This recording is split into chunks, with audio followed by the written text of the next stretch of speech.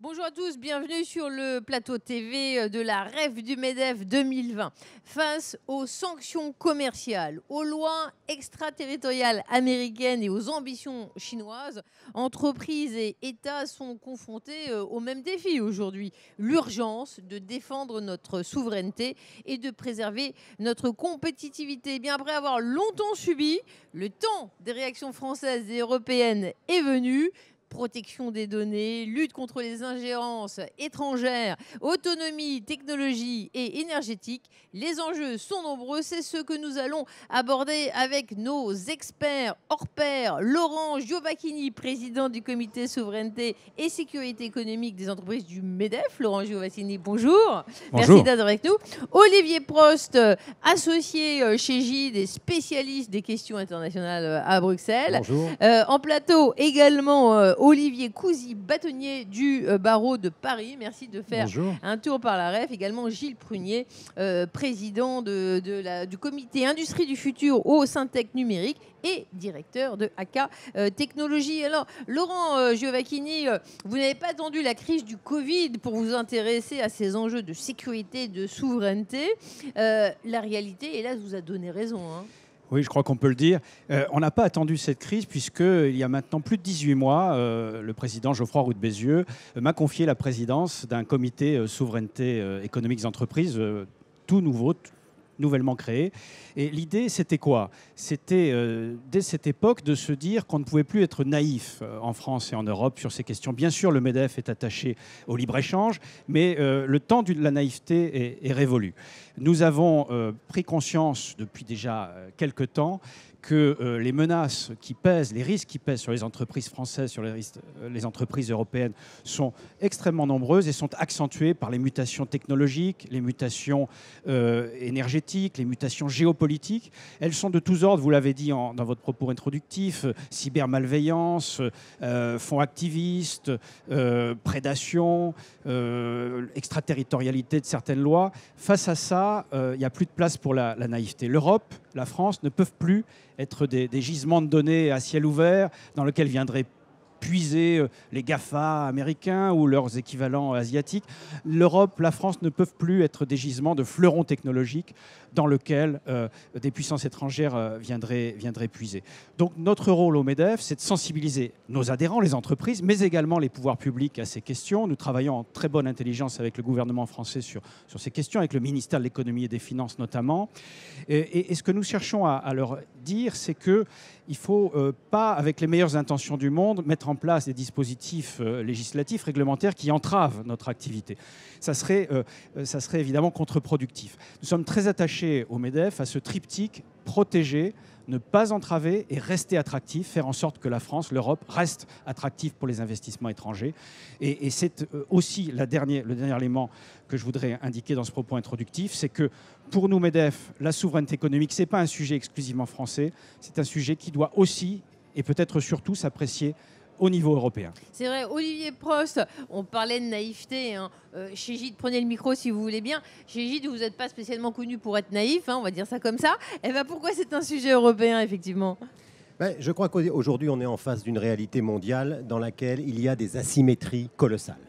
Et un point, c'est une conséquence très négative de cela, c'est que les entreprises européennes qui subissent la pression de pays à bas coûts salariaux ou avec des normes environnementales très basses, ne sont plus incités à investir, à former du personnel en Europe, à innover en Europe dans ces conditions. Et qu'est-ce qui s'est passé aux États-Unis et en Europe, et on l'a vu, des délocalisations, des exportations d'emplois. Et par rapport à cela, comme les règles multilatérales aujourd'hui ne sont plus adaptées, eh bien les États reprennent la main pour essayer de discipliner la mondialisation.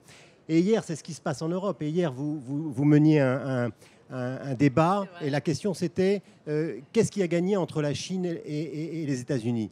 Moi, paradoxalement, je dirais que celui qui a gagné, c'est l'Europe.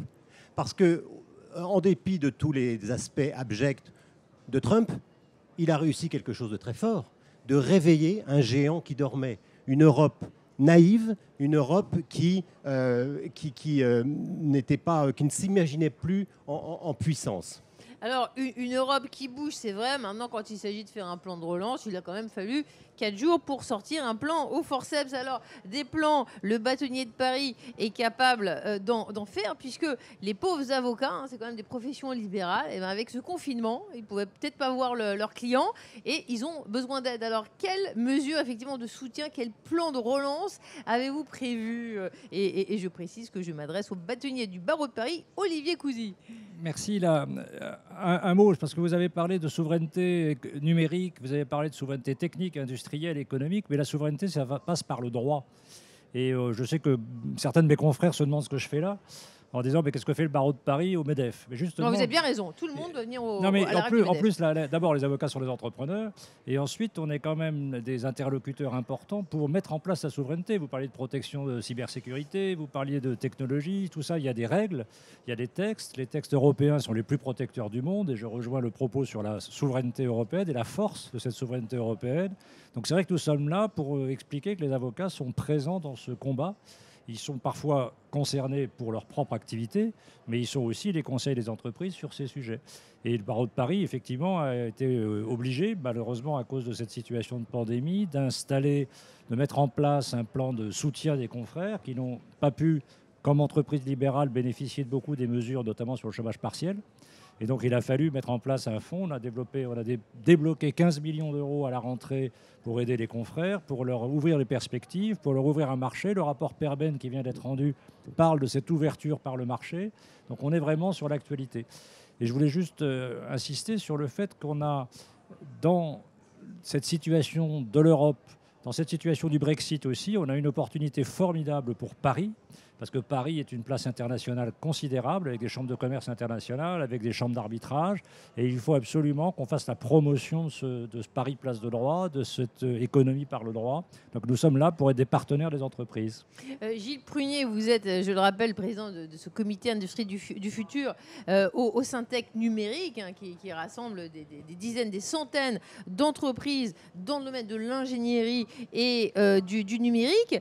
Quel état des lieux pour cette fameuse transition numérique en entreprise, parce qu'on va parler des questions de souveraineté dans ce domaine-là, mais en plus de se battre contre les autres continents, eh bien, elles sont en pleine transition numérique, ces sociétés. Alors, effectivement, le comité que j'anime au Syntec numérique a comme principal enjeu de faire prendre conscience de la nécessité pour les industriels d'utiliser l'ensemble des données qui sont à leur disposition pour transformer leur outil de production, mais aussi leur outil d'innovation. Les données sont partout, vous le savez, dans les objets connectés, dans les machines, dans les réseaux. Et toutes ces données ne sont pas forcément perçues par les chefs d'entreprise comme une source d'innovation.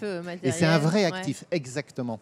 Et l'idée, c'est de faire prendre conscience à ces industriels qu'avec cette masse d'informations, ils peuvent transformer leur process, ils peuvent transformer leur outil de production pour plus de performance, plus de qualité et aussi plus de services ou plus de nouveaux services et d'innovation. Et ça, c'est absolument essentiel. Et une fois que cette prise de conscience est là, et c'est notre travail de l'accompagner, eh bien, il faut aussi partager le fait que cette information, cette donnée, ce matériel, cet actif, il faut le protéger.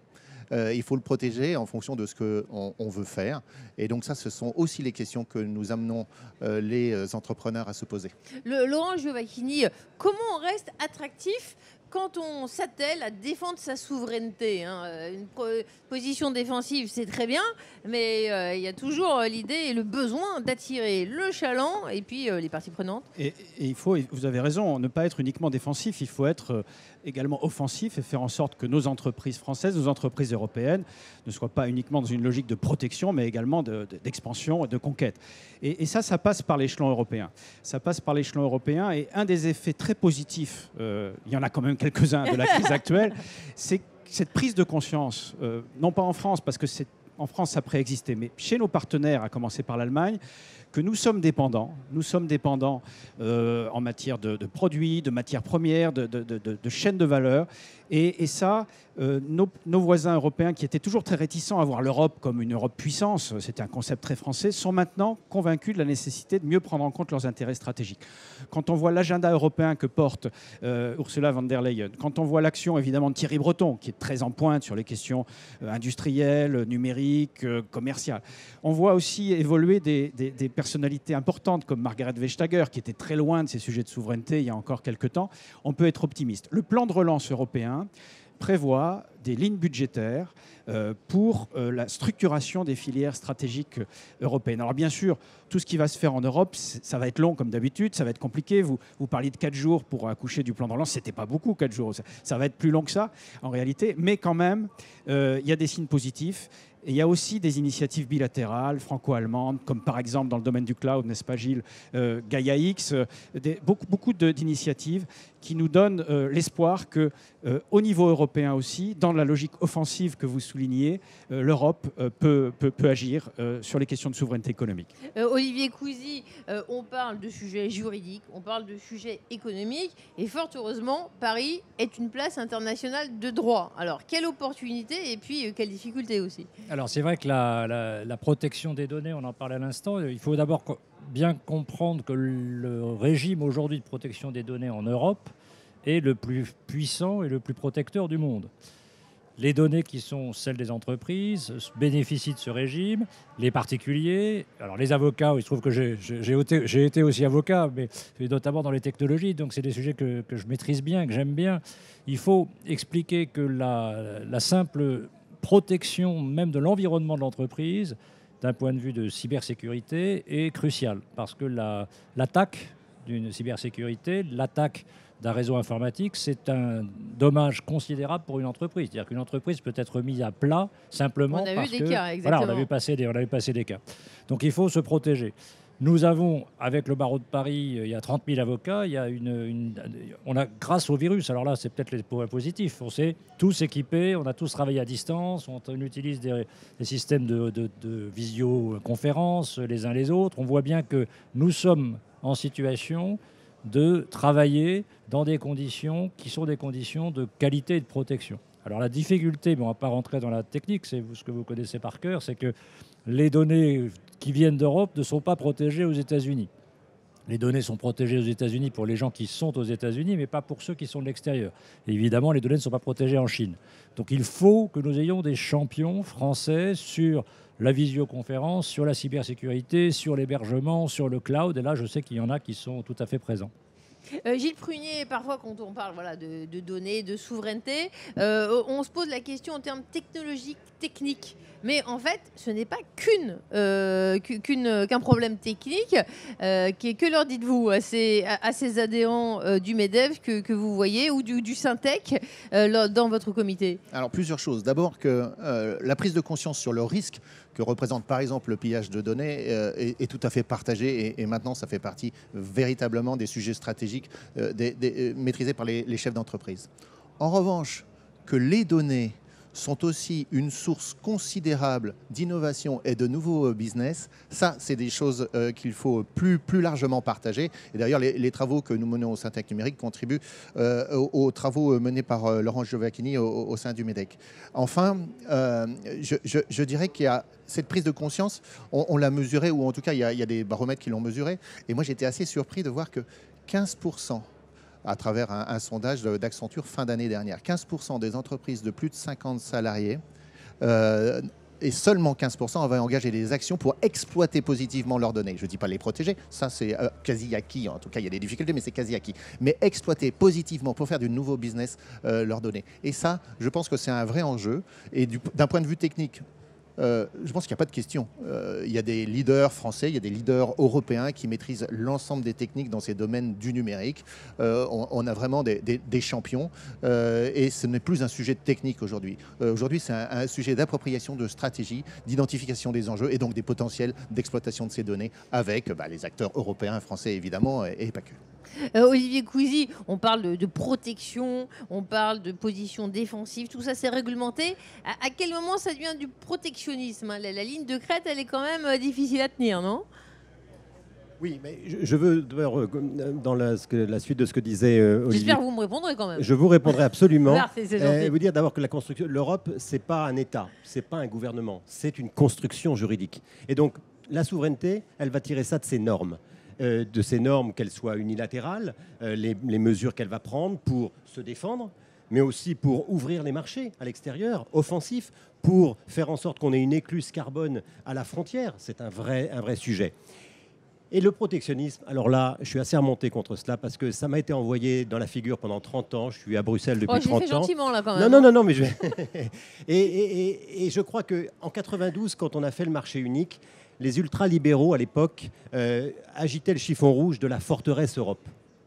Et je crois qu'ils ont parfaitement réussi.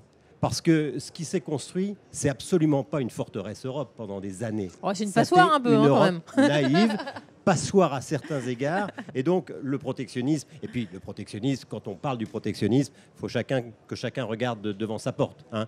Si on prend la Chine, ils ont 2 à 3 fois plus de droits de douane. Ils ont un régime d'investissement qui repousse l'investissement étranger. Enfin, bon, voilà. Donc, protectionnisme, il faut faire attention à ce mot. Mais en tout cas, dire aujourd'hui que je crois qu'aujourd'hui, lutter en Europe contre cette Europe-là, c'est pas du protectionnisme, c'est du bon sens économique, c'est d'assurer des conditions de concurrence équitables et c'est discipliner la mondialisation. Et ça, c'est, je crois, le leitmotiv important. Mais ça veut dire aussi, parce que tout ça est très frais, le mouvement de l'Allemagne, bon, c'est quoi? C'est quelques mois. C'est très frais, c'est pas du tout encore affirmé. Il faut que les entreprises aussi montent au créneau parce qu'il y a un changement de logiciel. La politique commerciale, ça a été pendant longtemps le tout négociation. On négociait des accords, etc.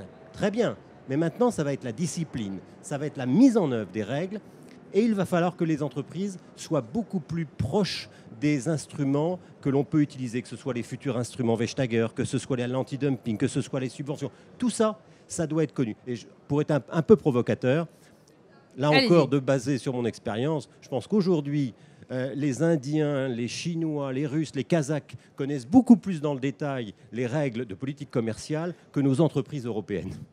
Très bien. Eh bien, Laurent Giovacchini, j'aimerais également aborder la question des relocalisations. Le président l'a dit, tout le monde a applaudi. Maintenant, à part le Doliprane, c'est vrai qu'on a très mal à la tête en France avec tout ce qui se passe en ce moment. On a besoin de paracétamol. Mais à part ça, franchement, est-ce qu'il y a une ouverture des perspectives? Oui, alors... On voit bien hein, que, on l'a dit tout à l'heure, la crise a révélé des dépendances, notamment dans le domaine de la santé, mais pas seulement. Pour y remédier, qu'est-ce qu'il faut faire? Il faut sans doute repenser notre politique industrielle. Repenser notre politique industrielle dans une logique d'autonomie, sinon de totale indépendance. Pour continuer à jouer un rôle leader sur la scène internationale, dans les secteurs et les technologies d'avenir, nous devons favoriser le développement d'entreprises et de filières compétitives. Il faut toutefois être réaliste. On ne va pas pouvoir tout rapatrier en France, ni même tout rapatrier en Europe. Ça n'aurait pas de sens. Il faut sélectionner soigneusement des filières, des éléments de chaîne de valeur stratégiques. Et puis, il faut regarder ce qu'on peut continuer à approvisionner de par le vaste monde, ce qu'on doit maîtriser au niveau européen et ce qu'on doit vraiment maîtriser au niveau national. C'est une logique de cercles concentriques, 3 cercles concentriques, qu'on partage d'ailleurs au MEDEF avec les pouvoirs publics en France, qu'on essaie de faire partager à nos partenaires européens. Il faut regarder vraiment de manière très pragmatique. On ne va pas tout relocaliser. Ce qui est important quand même pour favoriser la relocalisation, y compris en France, quand on la décidera sur des secteurs stratégiques, le paracétamol en est un, mais il y en aura peut-être d'autres, c'est de créer quand même un cadre fiscal, un cadre social, un cadre territorial qui soit suffisamment attractif pour que ces relocalisations ne soient pas des relocalisations hors sol, mais qu'elles aient vraiment des éléments de compétitivité et que ça soit durable. Sinon, ça sera des coups d'épée dans l'eau. Voilà pour nous, au MEDEF, les conditions de la relocalisation. Sélectivité, compétitivité et 3 cercles concentriques, France, Europe, monde. Gilles Prunier, vous êtes à la tête d'un très grand groupe de technologie, AK Technologies, et effectivement actif au sein de Syntec Numérique.